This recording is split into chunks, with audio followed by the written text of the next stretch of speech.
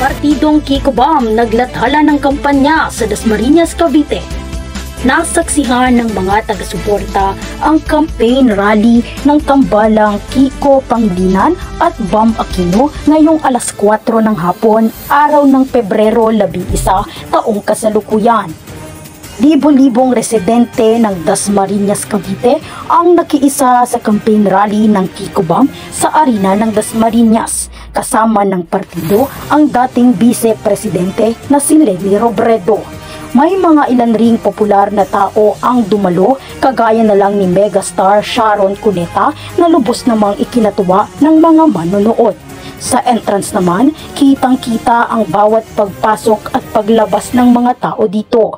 At talaga namang dinagsa ang pagdating ng partido. Saksi ang mga manonood sa kanilang pakikinig habang nagbibigay ng panayam sa entablado ang dating vice-presidente na si Attorney Leni Robredo.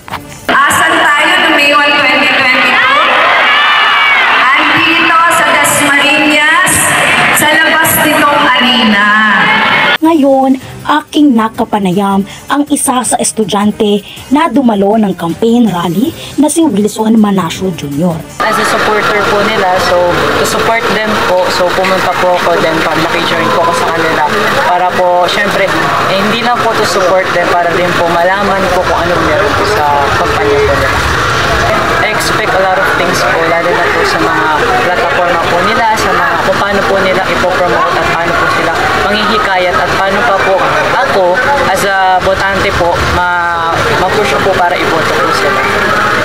Ito po yung mga sinasabi po nila na pangako nila, ganyan-ganyan sa mga na abot po sa mga corrupt na titigil na po sa mga ganyan-ganyan, pati sa mga salita po nila, lalo na po dun sa mga yung sinasabi po na kapag mahal mo, akbayan mo. So from that po, na-encourage po ako, pati po rin, hindi lang naman po ako, pati po yung mga kaklase ko po, pati iba po po mga tao sa loob po ng arena. Na-encourage po kami na iboto po itong kampanya na po.